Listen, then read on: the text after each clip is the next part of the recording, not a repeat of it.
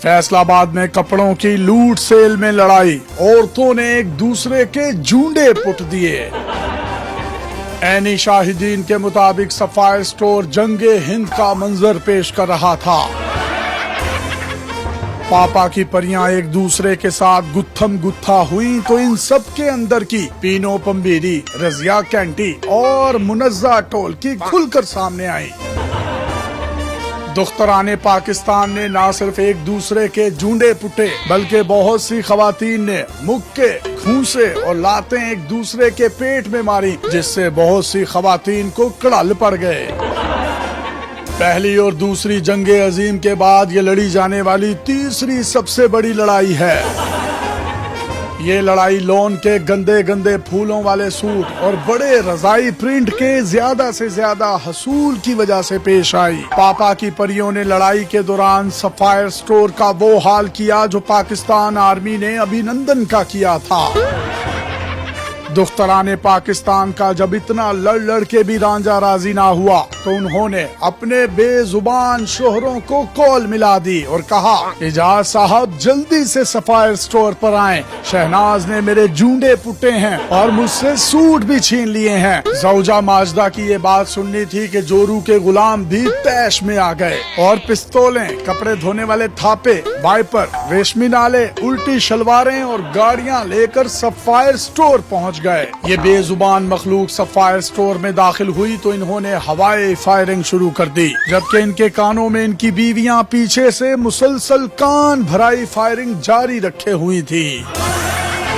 हालात काबू से बाहर हो गए और सफायर वालों को दुनिया की सबसे तेज तरीन और ज़हीन तरीन पुलिस यानी पंजाब पुलिस को बुलवाना पड़ गया। पंजाब पुलिस ने हमेशा की तरह अपनी पंक्चुअलिटी पर कोई समझौता नहीं किया और ठीक 2.5 घंटे के बाद वहां पहुंची। 8 से 10 शोहरों के खिलाफ मुकदमा दर्ज करके इनको रुखसती की सूरत में अपने डालों में बिठा कर ले गई।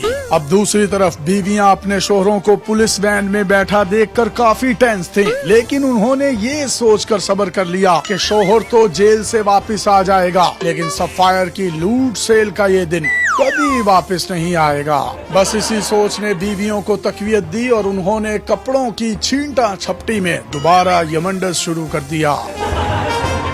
मेरी चीफ जस्टिस ऑफ पाकिस्तान से दरखास्त है कि इस वाक़े का अज खुद नोटिस लिया जाए, क्योंकि शोहर बेजुबान होता है, लोला होता है।